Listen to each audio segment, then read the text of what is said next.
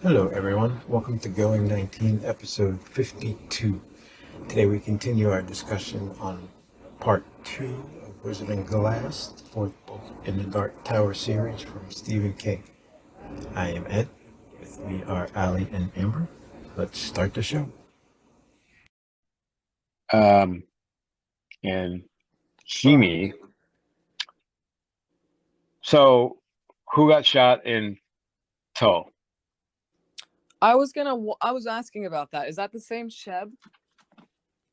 Yes, Sheb, the because piano player? we sort of had this discussion during the Gunslinger, but we couldn't really have it yet. Yeah. Sheb and Shimi so Sheb's the piano player. So is that who got shot in toe? Yes. Sheb is the one that told the story, right? Or that was brought back to life. No. Oh, damn. Yeah, well, Nort was brought back to. You mean who told the story about Nort? Oh, never mind. Okay. Sheb was one of the people he shot, I think, which Yeah. is a really long everyone. character arc. Right. But was Sheb one of them? Well, he shot the whole town, so yeah. It was a strange ending for a kind of a long character arc because now we're 1,000 years later and he's still around. So I kind of want to know what his story is. Yeah. But you don't realize like how long, and you have to go back and read it again before you realize who he is. We don't know how old he is, so he could be young in this story. Yeah, but Roland's been walking west for like fucking 1,000 years. Yeah, but that's because the world has moved on. Like time, I sound like them now. Time is changing, so like maybe everyone is aging differently. Even one of them said that.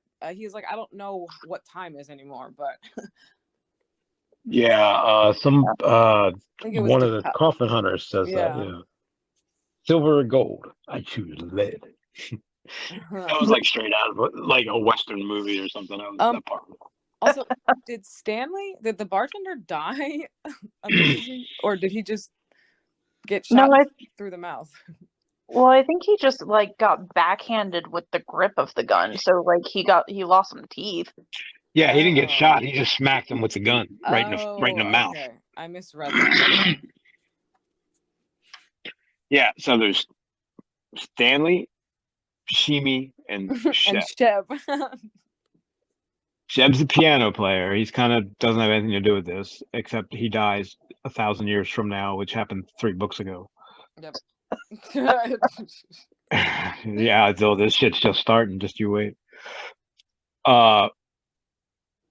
Shimi is sort of retarded.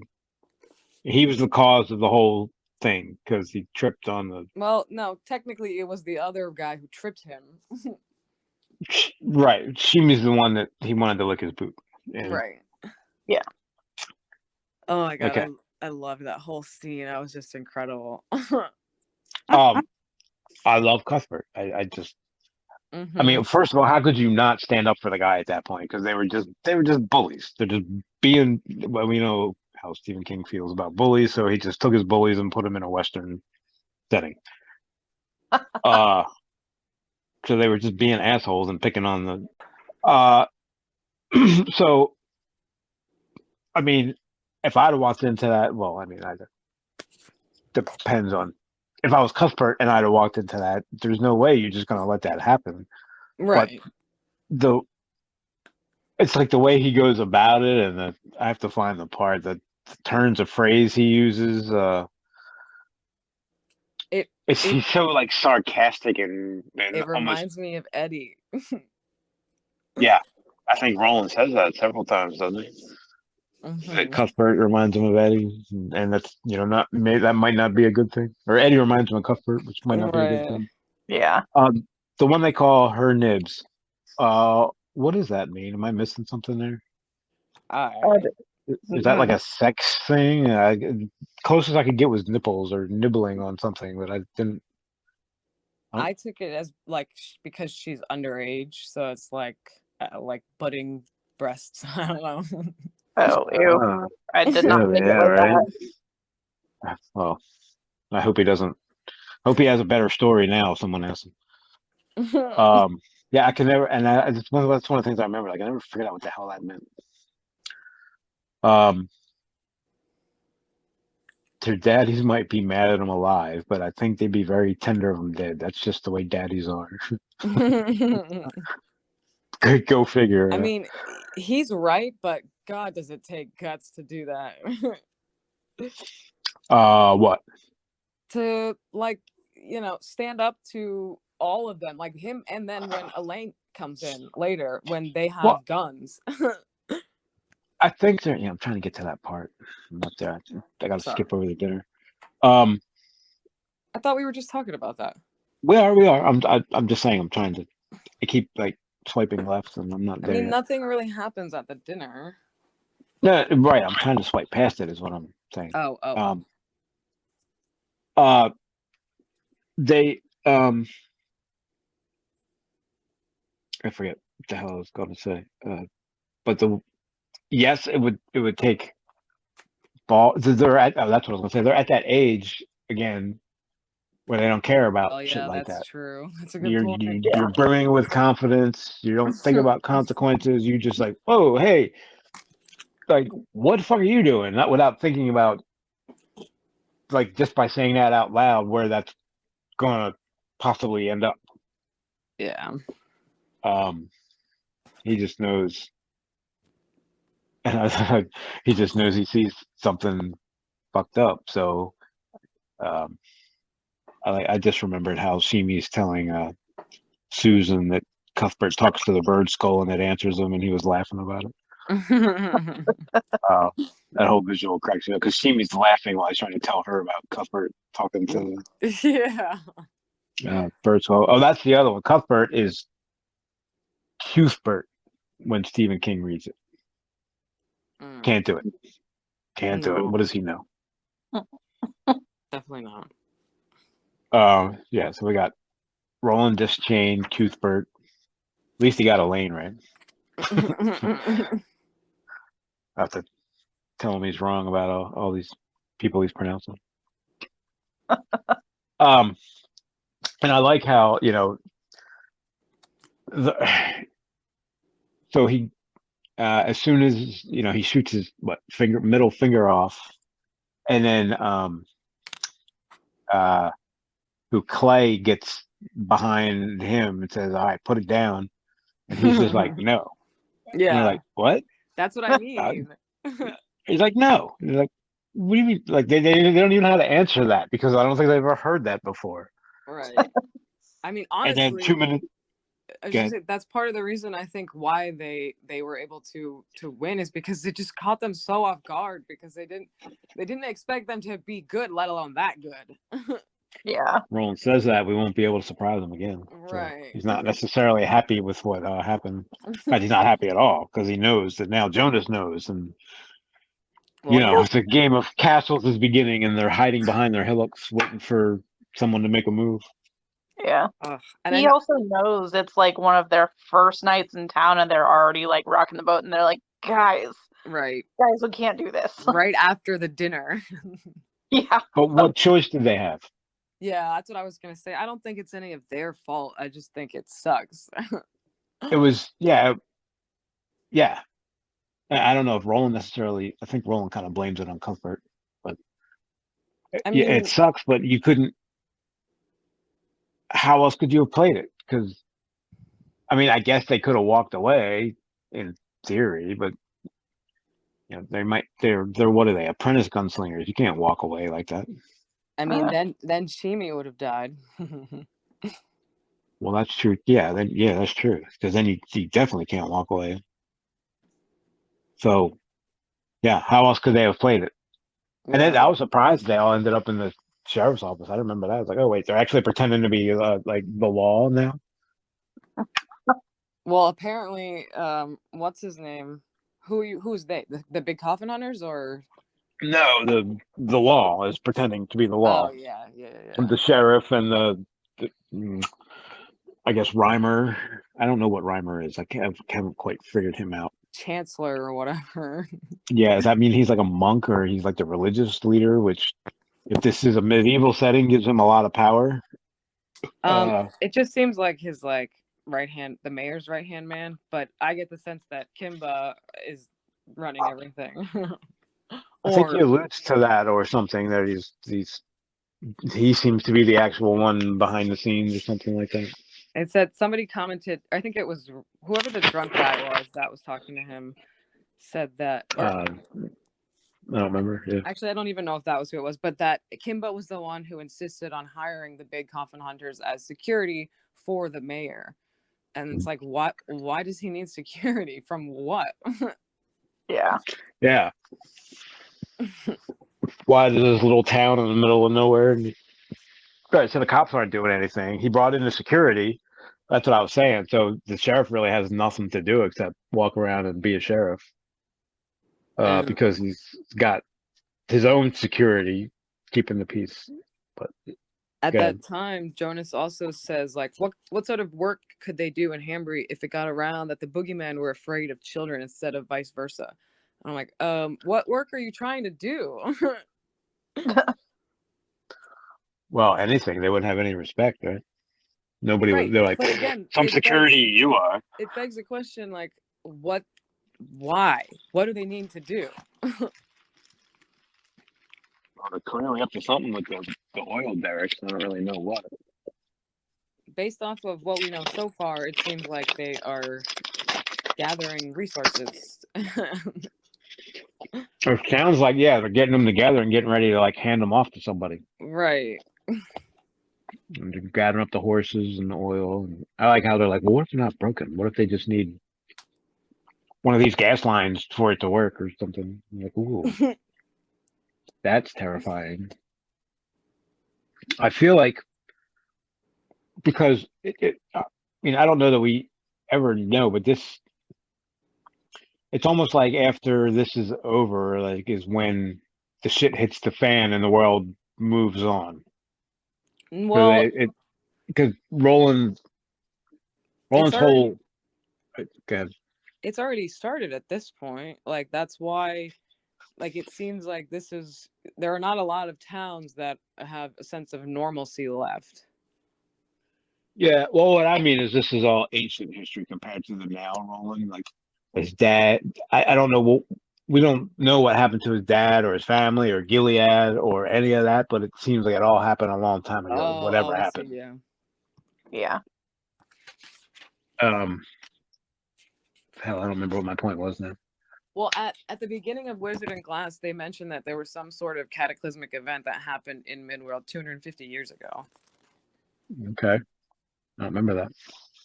Yeah. That might be what it is. Yeah, so they're definitely. So I think the shit. Oh, that was my point. I think the shit might hit the fan not long after the events in this book. Right. Like possibly they might not. I don't think we know if they ever get back to Gilead. It's very likely. I mean, maybe everyone he knows dies in the same event. I could see that happening. That is the reason, Allie, you're gonna have to get the what's them called too, the graphic novels. Mm-hmm. They cover some of the holes in the stories, the gaps between. I think one of them is between when they leave Mages and get back to Gilead. Is that right, or is it after they get back to Gilead? Sorry, say that one more time.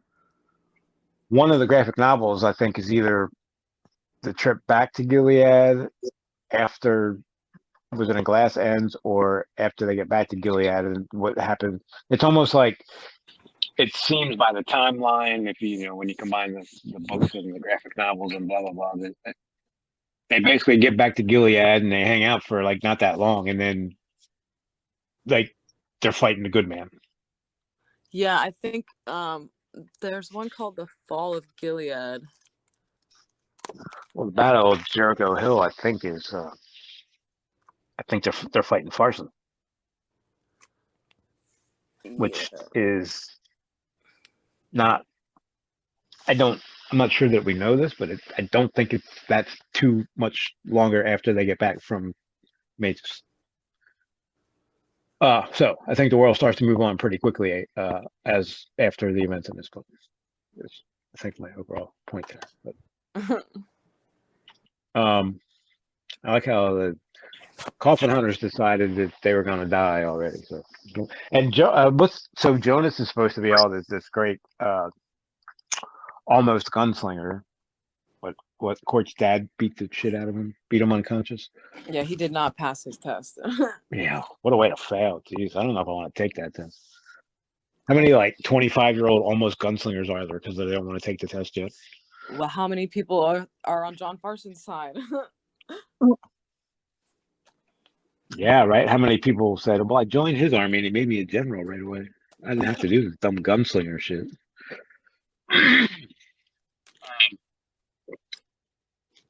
So yeah, I lost my train of thought again. Went off on a tangent. You were saying that they had decided Jonas. they had to die. Yeah, Jonas, like, is supposed to be an almost gunslinger, so he even like has the thought that he knows Roland's out there somewhere. Yeah, he goes in and lets him get the drop on him anyway. Like knowing it's almost like he knows that was going to happen and he goes in anyways. I'm like, why the fuck are you doing that? Yeah, well, because he thought he checked all his bases, covered his bases. Yeah, and maybe at the time they were like he still thought they were just a bunch of dumb kids. But like he had to know Roland was out there somewhere. Well, Roland wouldn't have been. Right, It's just but Stephen King luck. But Jonas is cocky. Like he thought he did have suspicion, and he checked everywhere he thought was needed to check. So he like but he didn't like walk around. Well, he looked at the cat and But he that's didn't see why anything else. that's why he failed his test. He's not a gunslinger. Well, right, yeah. I mean, that's a good point. That's why he just couldn't fight very well. He got his ass beat.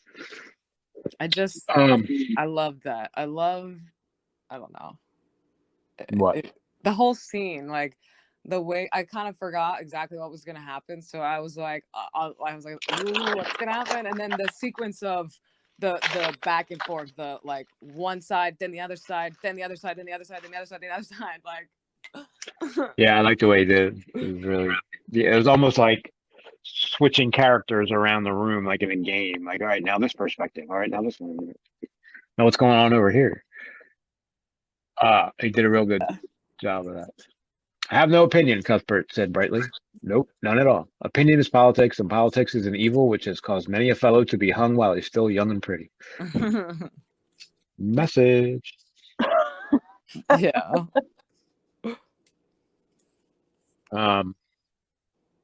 So yeah, they basically. I love that whole scene. I don't know that I can do it enough justice here, but it was. I almost wanted to go back and read it again because it had like the cringe moments, and then I was and then even like I've read these before, and I'm like, damn, how are they going to get out of this? Because they're kind of fucked right now. Right. So even having read the book, I haven't read this in I don't know, years. So you don't remember everything, all the little details. But I know, and Jonas turned around when I was like, "You stupid motherfucker! That is not going to end well for you." And he says, like, what kind of cops can we be if we can't handle a bunch of boys? And then, well, guess what? You couldn't handle a bunch of boys, so now you got to live with that. Like, if I'm the mayor or the sheriff or Kimba, I'm like, you guys are fired, like, tomorrow. You let a bunch of teenagers fucking take you down, so, aside no. from that, they also are just causing trouble for no reason. So it's like, they're not good for the town.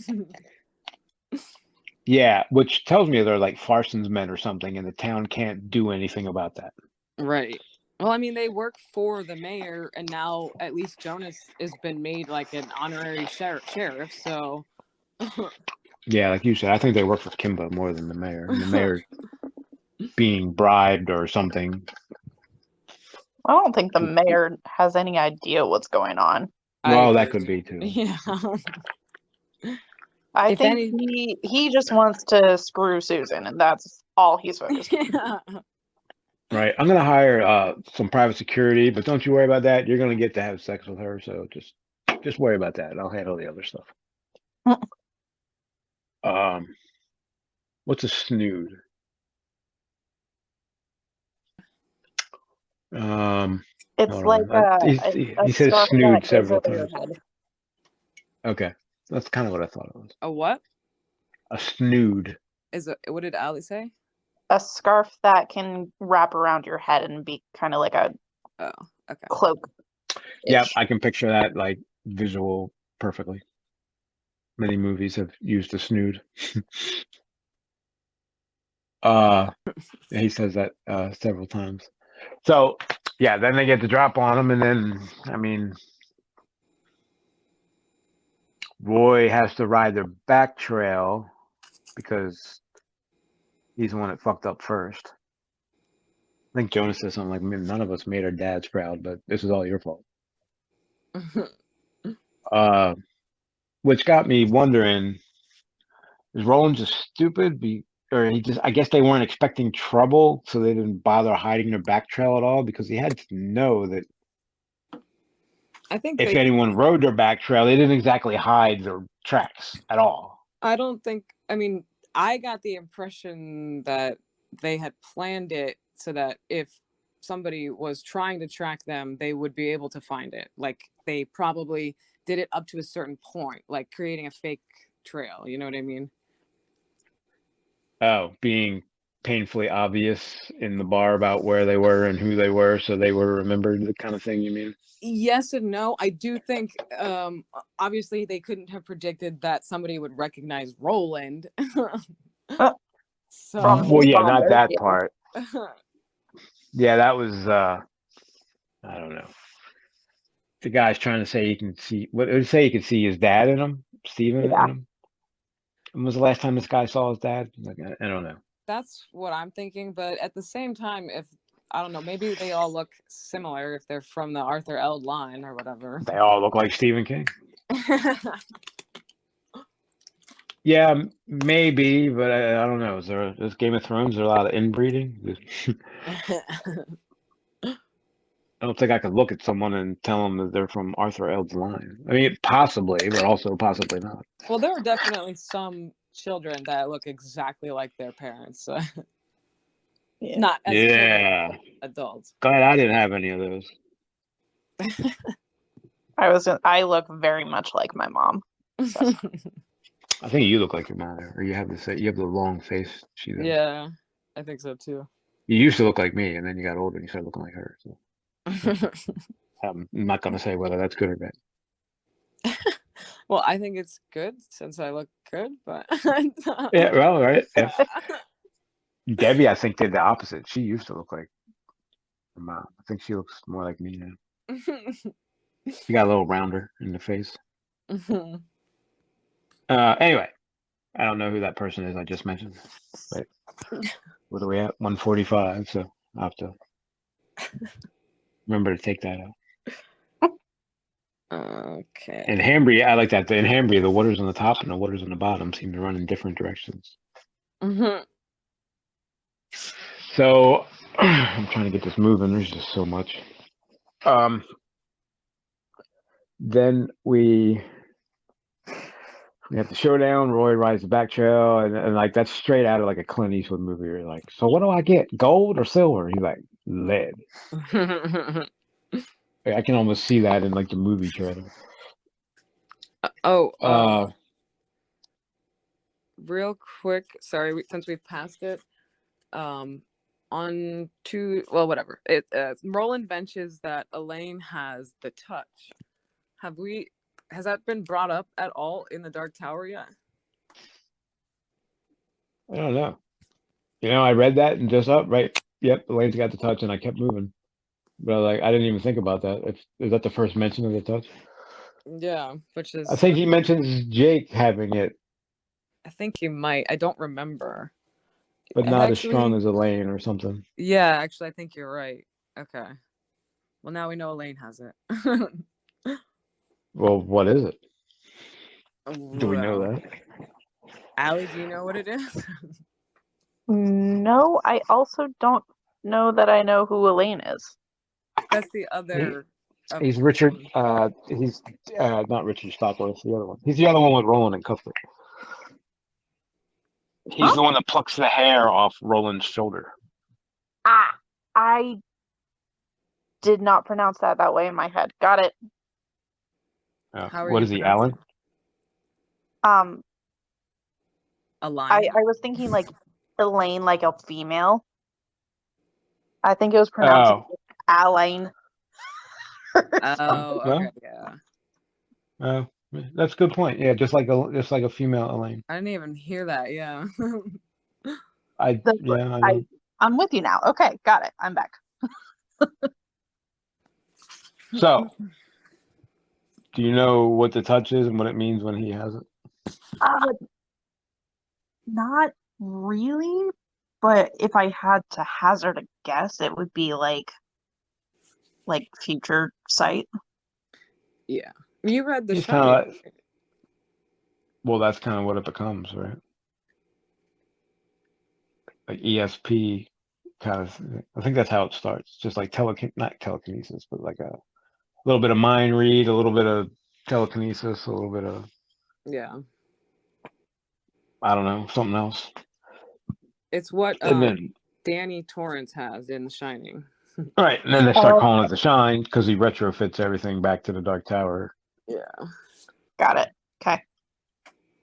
And yeah, which is why Pennywise is Toad Ash. Just wait a minute. We don't know any. I don't even know what that means. All right, sorry. So I like not Murphy's Law, but Satan's first law of malignity. I know. To wit, if the worst can happen, it usually will. Never heard that before, but I kind of like it. I kind of want a sign that says that somewhere. Satan's first law of malignity. Like a tumor.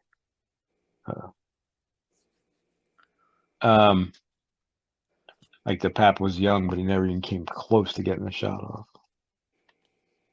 Like he just walks around with a slingshot. It's kind of badass. Yeah, it's kind of old Western. Like, not everybody's gonna have a gun, so. But it's you gotta be good. This is right after, well, shortly after it, isn't it? Well, 10 years.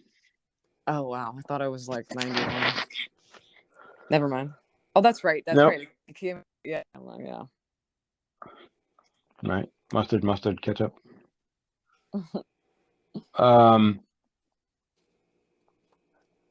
I mean, then after that, it's Roland keeps accidentally running into Susan out on it. So what's the drop? That I don't quite get either. Is it just like a long beach where just and is there a slant on that? Is that what they call the drop? And does it end up at the thinny? Does the drop end up at the thinny or something? You know, that's a good question. I was reading the drop as like cliffs. Yeah, that's what I was thinking. But couldn't they look over the drop? I don't remember. I thought they were looking at the horses over the drop. They were only looking at a quarter of it. Oh, like they couldn't see the whole thing, so I didn't really. I couldn't. Yeah, I wasn't sure. Yeah, like are they standing up on a cliff looking down at horses below them or something? Yeah, like kind of like on a mountain range or something. Yeah. Yeah. Or like a cliff on a beach, and like they're on a cliff and the horses are down on the beach. Oh, they are by a beach. I forgot that. Yeah. They mentioned the sea. Yeah. I just, for some reason, I didn't think that the drop was near the sea. But I like how I could be wrong. Yeah, so they start, running into each other accidentally out there because the mayor does sexually assault Susan, and Roland's just out there, I think, thinking about her or something. And then they start figuring out there's way too many horses, and then everybody's way too nice. So now we know something's going on. Yeah. Jonas also Question. makes a comment at one point and says, Latigo and the folks we've been waiting for will be moving toward us very soon. Which is so Crazy. cryptic. Yeah, he does a good job of going, okay, what's going on? Like, it's got something to do with a war that you think is coming, but you don't even know that because you're not sure if it happened. All you know is the world moved on, but you don't know what that means necessarily. It's just like, it feels like a nuclear war, but I think what in the wastelands, I say it's so much more than that. So, like, is this where the bombs start to go off? Like, it definitely feels like it's building to something beyond the scope of mazes. Well, also just the Or fact that everyone claims to be on the side of the affiliation, but clearly they're not. Like, I'm not saying the town, but at least some people are not. you know what it makes me think of? And I have a follow-up to that. What? Smile. Ugh. Yeah, that's Everyone's true. walking around with the creepy ass smile on their face, talking Yeah, about how that's much they true. love the affiliation. Oh. It's the smile ones that you don't trust.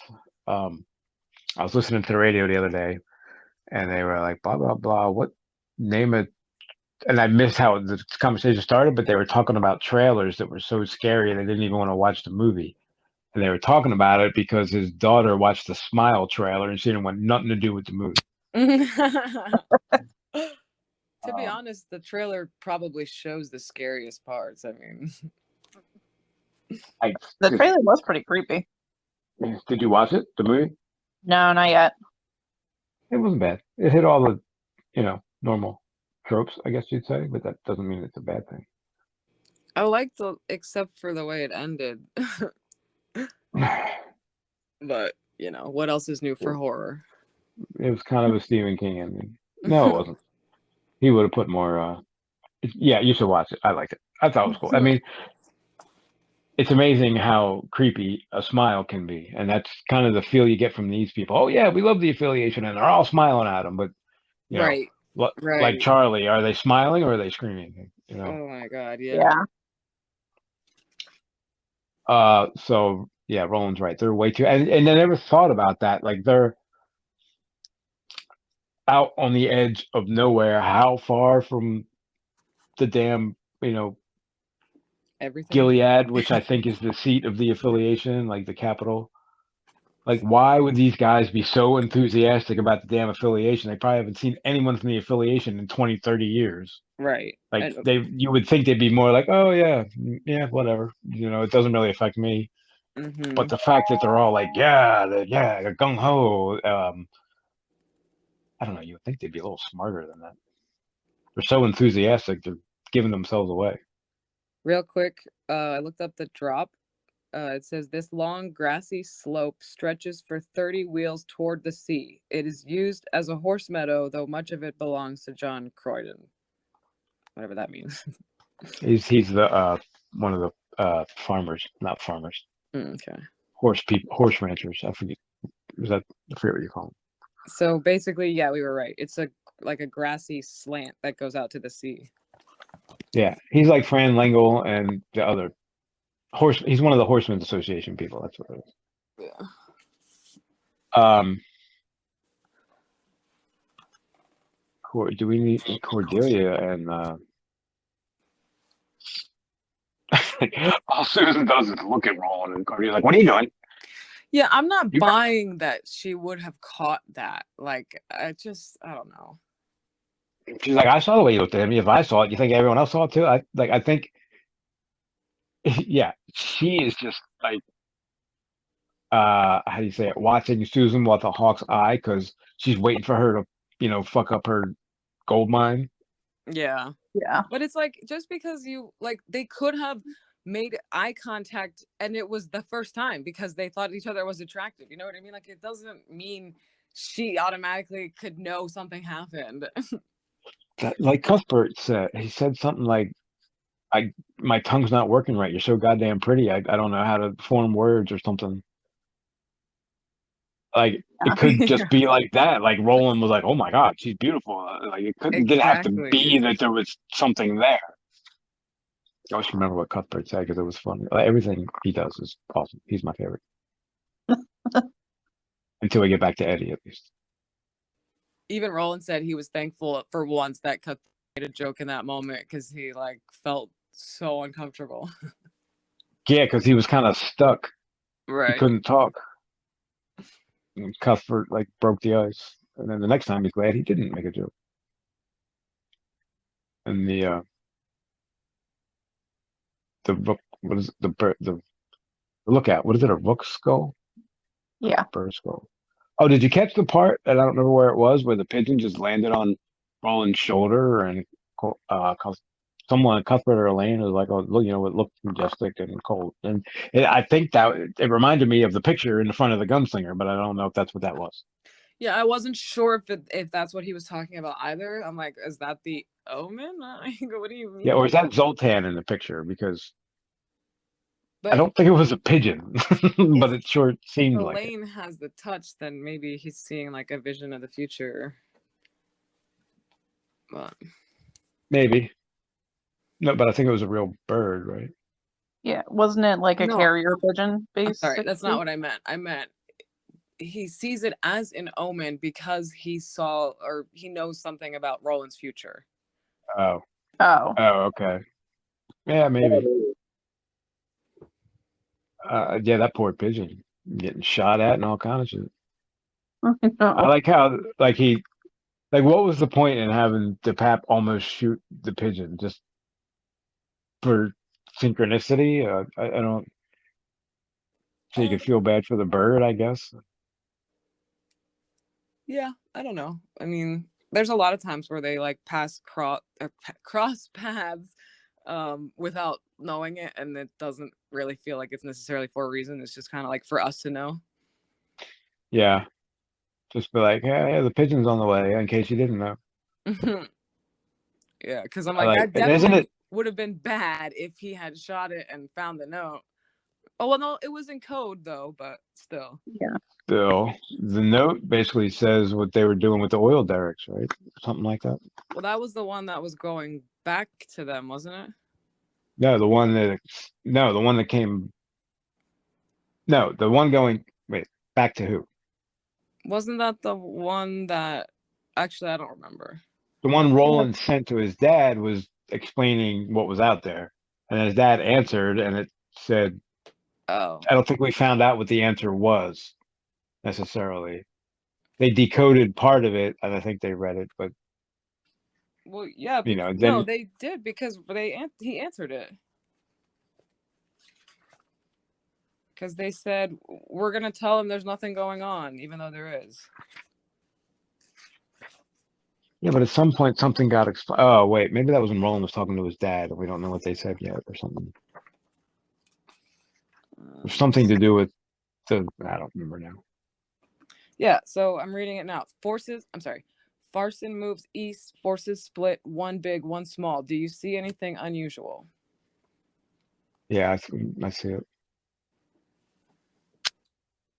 And then Roland is like, we're not going to say anything, even though there is something unusual. And Roland thinks, I might regret this. Yeah, and he's like, don't doubt me, Elaine. I'm thinking of face my father, or whatever the hell he says. Mm-hmm. And he's like, okay. That's the first time, not the last time that happens.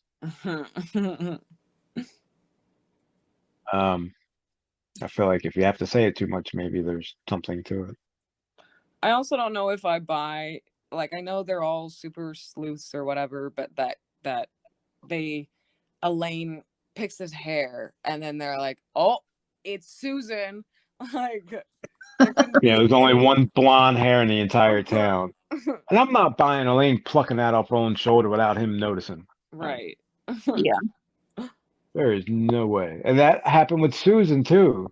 She got up on him before he realized she was there. And he's like, if she'd have drawn, he'd have been dead or something like that. He didn't notice she was there till she was right up on him. It's just because he's like filled with thoughts of love and he's not thinking straight. I don't. Why is everybody sneaking up on Roland all of a sudden? It's not supposed to be happening.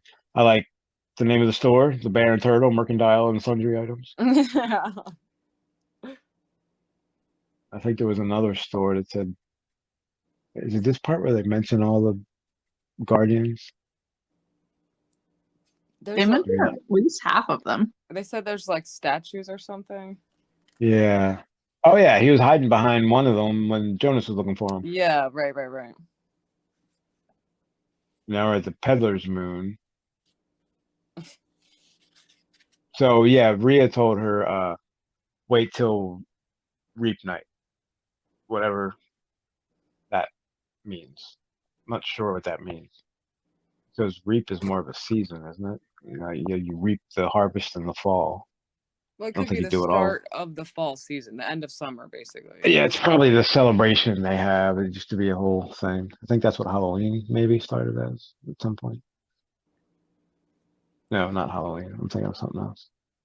Labor Another Day. fall holiday. Yeah. Yeah, I don't know what other fall holiday there is. But and yeah, there used to be an end of fall festival. Burning Man. I don't know. I think that's in the summer. You are correct. Uh If they would, if it's in the desert, so you can't do it in the winter. yeah, well, if you're gonna burn shit, you should probably be in the desert. What could possibly go wrong burning a 30-foot straw guy? It's more about the constant dust and lack of places to cover, but Well, that too. Have you seen what's the Wicker Man? Have you seen that? That's pretty I cool. don't think so. Well, you have to like Nicolas Cage, but I like Nicolas. I don't mind him. Yeah. Probably people in my family are not necessarily a fan. But I think he's awesome. It's a cool. It seems like the popular thing to hate on Nicolas Cage, but I don't. I don't mind him. I always liked him. So I'd set my watch and warrant on it. I think that's the first time I heard that. And then Roland, and I highlighted that too, later on says I'd set my watch on it. And like, I don't think I've ever heard that without warrant included. He just goes, I'd set my watch on. I'm like, wait, what about your warrant? I don't even know what that means. I'd set my watch and warrant. What I don't know about if, I'll cry your pardon? Have we heard that yet? I think, good I God, heard that a lot. Oh, okay. This story, at least. Well, yeah, that's what I cry, mean. cry your pardon, gunslinger.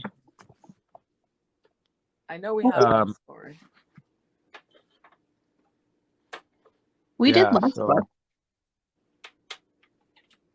Anyway, I don't remember. Because he was saying to Eddie, like, oh, I cry your pardon for not believing in you. And he was like, it's just your nature. Yeah. The more you were in the vicinity of Eyeball Canyon, the more that sound scraped away at your brain. Got in your teeth as well as your ears. It vibrated the knot of nerves below the breastbone and seemed to eat at the damp and delicate tissue behind the eyes. Most of all, though, it got in your head, telling you everything you had ever been afraid of was just behind the next curve of the trail or yonder pile of tumbled rocks. And this is where they're sleeping. Apparently. I don't get how that's alluring though, because it seems to be almost like hypnotic. So it's like if it's telling you all of your fears are there, why would you be drawn to it? Yeah, like Elaine falls under its spell pretty quickly. Maybe because he has the touch more than anybody else, so it's able to talk to him easier. But yeah, if what it's telling me is everything that I'm scared of is up there, I'm not fucking going up there. Get the hell out of here.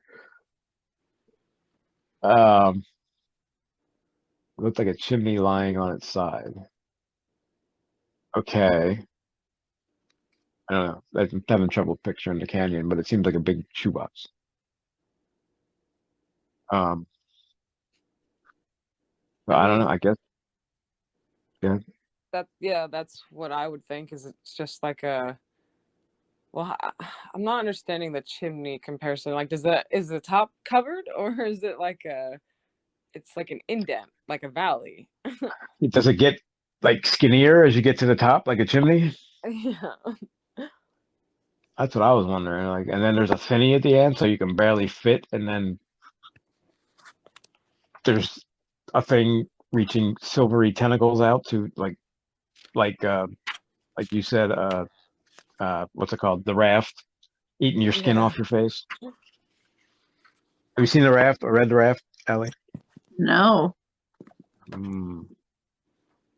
Creep Show 2, I think, is on Netflix, maybe. It's on something, somewhere. I was gonna say that Very, sounds awful. you should try reading it while you're sitting on the dock on the lake. Maybe not. On yeah, you said that on the dock. Yeah, that's how you read it, right? First time. Oh yeah. And there was like algae in the lake, so these like big Oh, they, things like, were floating along. yeah, like bulbous green blobs. And I'm like, get out of here. Nobody wants you. Yeah, and then we went and watched, even in the house. Well, yeah, then we went and watched the movie in the house. And of course, I heard a loon for the first time. And now all the loons that cry in Stephen King stories actually make sense. Yeah, and they are creepy. Well, Allie knows, probably. You've been to Maine. Oh yeah. They do sound loony. They're creepy. It sounds Yeah. like It's haunting. yeah, that's a good way to put it. Yeah, it's almost perfect. Like, what would like happen if Stephen King grew up in California? It just wouldn't be the same. they sound almost like howls. That's why. Like it's like a wolf. Kinda, yeah. Yeah, I'm picture, and then when you picture the raft, like grabbing it and eating the skin off it, I can just picture it screaming in its howling way while it's getting eaten. So, Oh. Not the loon, the person. Oh. well, I was talking about the loon. Wait, is that worse if it's a loon than a person? Of course. I mean, I was gonna say Allie always feels that way. Not that I mean I disagree, but about animals. Right. You're upset about Yeah. my imaginary loon that got eaten by a fake glob. Yes. Because 9 times out of 10, like a person can deserve to be killed. Not the case with animals. It's not bad logic. Yeah. Animals don't have a choice, I guess. Yeah. How many had she said were still working? 19. The sound of them was ghastly. The sound of monsters being choked to death. Interesting. There's a lot of just like almost like Rodney Dangerfield, but like one-liners that you have to catch. Yeah. You're like, wait a minute, what did he just say? Wait, what was the line?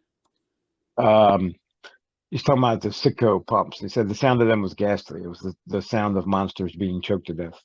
And I'm sitting there going, monsters being choked to death. What would that sound like exactly? I think we need to determine what kind of monsters they are first. Too general a term. Also, what's choking? Right. Yeah. What's choking the damn monster? Oh my God. The super devil. Taxes. Right. The ways of the old people are the ways of death. Everyone knows that, so they do. Yeah, that confused me. Well, not sort of like the way they talked about the old people in this story feels a little bit different than what we've heard. Like, I mean, they're using the ways of the old people to make ice in the middle of the desert, so I don't feel like they should be sitting on them too much. yeah, right. But like, I wish I had written the page number. But what they're talking about, the speech, maybe it's during the fight, but that like the speech of the old people is like they don't use it because they don't like them, and I'm like, I don't get it.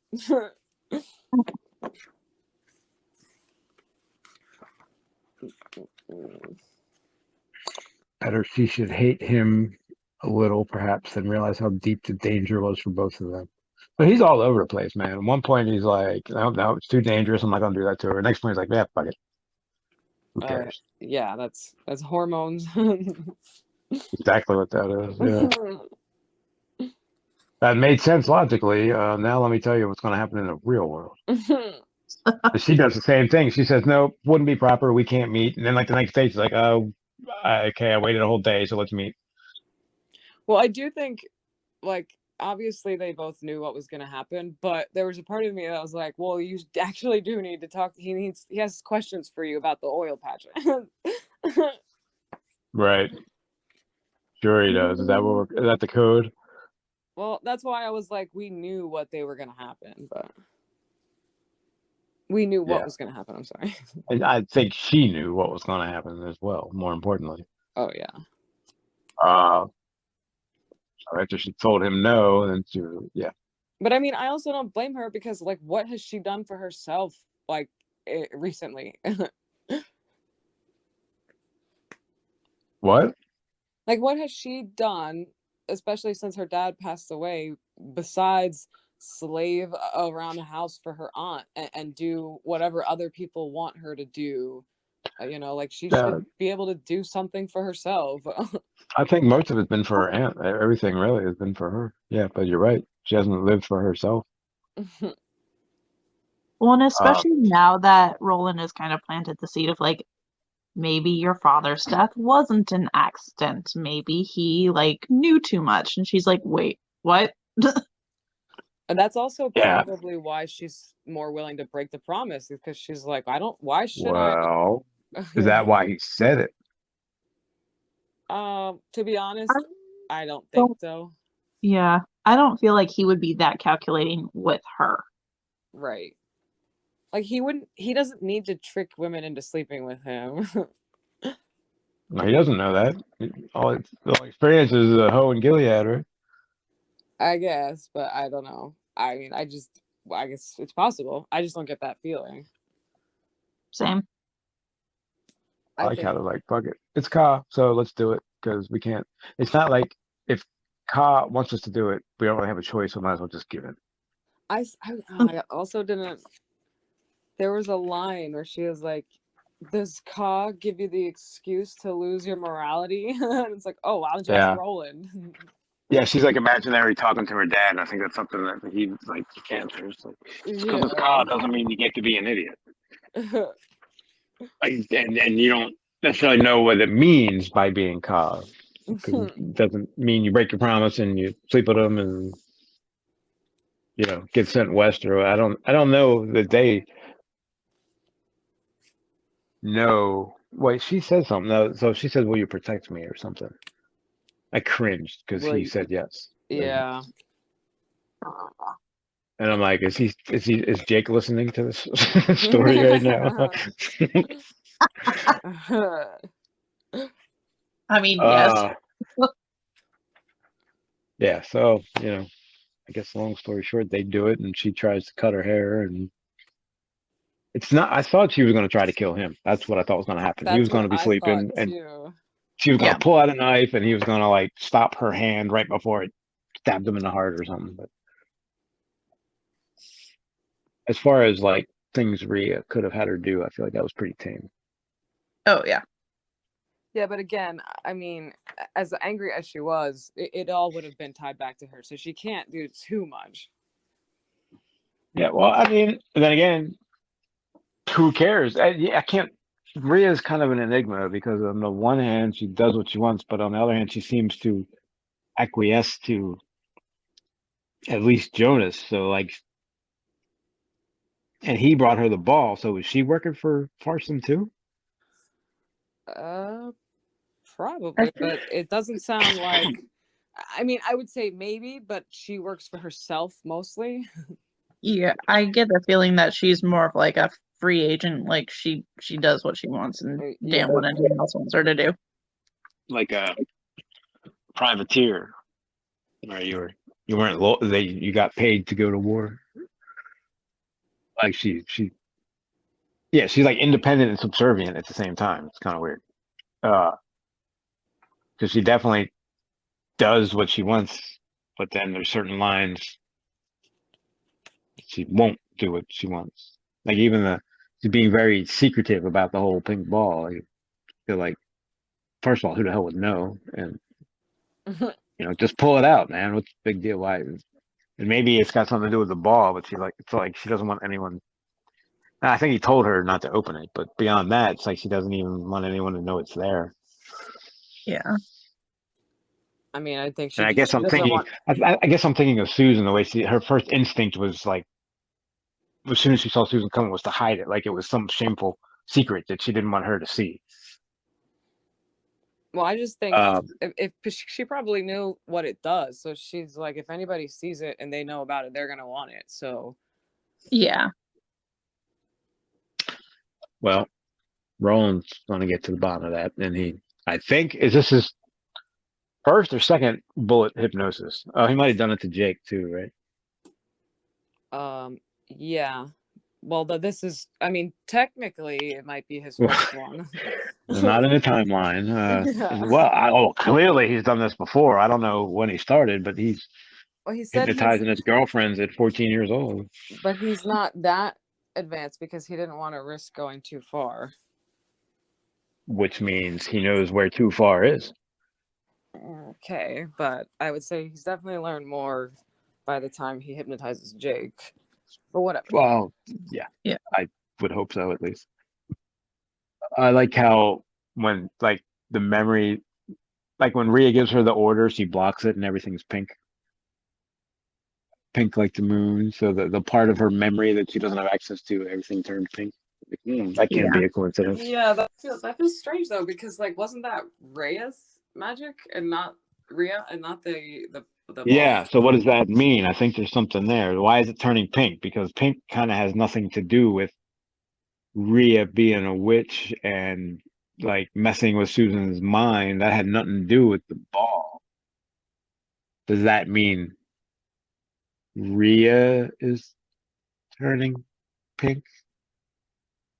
And I don't know what that means when I say that, but it's Rhea's magic that's blocking it. So her magic now looks pink. So, and she had already seen the ball before she saw Susan, so maybe it's already influencing her. Right. Yeah. Like maybe the ball's doing something to her. I mean, that's kind of the way I saw that. Yeah. There's some, I don't trust that ball. And because of she's very possessive and secretive about it. So there's almost like a drug. Yeah. Well, didn't it also say that it was kind of like draining her? Did it say that? Yes, because it's like the reflection of her face is like a skeleton or something. Yeah. Like no one would think that she could look youthful even in the glow of the ball. And I think they did say something about it's like sapping her something. Oh, I thought it was saying the opposite. I thought it was saying that she was starting to look younger, but not even the ball could make her look youthful. But I might have misread that. I just passed it. Not sure. Why it would give her, it makes more sense that it would drain from her. Yeah. Especially if the rest is pink. Who was Vinay? I don't remember Vinay. I mean, I remember the name, but I don't remember what he did. I don't know. Guess you don't remember. I like how the spell is bird and bear and hare and fish. Give my love her fondest wish. Wait, so her fondest wish was to cut her hair off? It doesn't seem to make sense. Trying to read my way through the spell to see what was going on there. So, okay, so they do it, and that's the end of that. So now, and Cordelia, I think, knows right away, but she doesn't realize she knows. That's bad playing on Susan coming back all sweaty and dirty. Like, hey, stupid. Your Hawkeye aunt is going to notice that because all you did was look at him and she asked you about it. Well, the first thing she noticed was that she was happy and not sarcastic. Yeah. Right? What the hell's wrong with you? Oh, Miss Oh So Young and Pretty. As soon as she snaps back at her, she like relaxes a little bit. She's like, "Oh, okay, there it is." Right. Oh, right. There's the bitch I was looking for. Yeah, I love his little catchphrases. Miss Oh So Young and Pretty. If you love me, then love me. So that's where we leave them off, right? Just they did it, and she came back, and the gods be damned. Let's see how that goes. And then we go back to the highway for the interlude. Yep. Not much going on in the interlude. I think it was just to remind us that they're actually listening to his story. Yeah. And of course, Oi, who's now, had his head resting on Jake's foot. Yeah, I don't know. I love Ollie. Everything he does is like cute in my mind. I agree. He was Oh, looking God. up at the boy with an expression of calm adoration. Wish Carmelo would do that. He looks up at me like, "What the fuck are you doing?" Yeah, and then Eddie's like, "Wait a minute.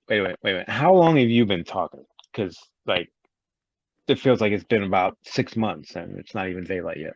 I like how he addresses that because that always happens. Like he talked all night, but it took me, 3 weeks to read it, so I feel like it would have been longer than all night. But so he's like, yeah, time's different. Allie, what do you think so far? I'm liking it. Good. Is Gunslinging each is book still. getting a little better? Yes, yeah. It's about to take off after this book. Well, after the next book. Okay. Well, never mind. That doesn't sound as good as it did when I started that. I mean, I already think it's taking off, but it's just not. It's starting to take off, but then now if you remember, book 5, 6, and 7 are after the accident, and he wrote them at the same time. He just kept going. I don't know how the fuck he did that, but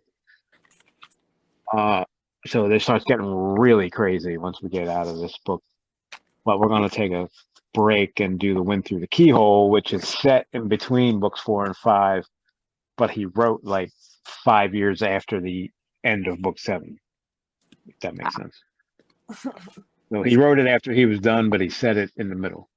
And when you read it, you can't tell that it was written later. Like you could really read it at any point. It doesn't affect the overall story even a little bit. So Okay. they're just on their way between. Oh wait, we don't know what. Never mind. We don't know that yet. So okay. Everybody. Sunday, right? 1 o'clock for now, and we'll see how that goes. Yep. In 2 weeks. Yeah, whatever day that is. Are we getting up near Christmas yet? What is this? The 4th? So 2 weeks is the 18th? Yeah. Oh, that'll be perfect. Then we'll have Christmas off. Yeah. All right. See you on the 18th. End of the podcast. Everybody say bye. Bye. Bye. Bye.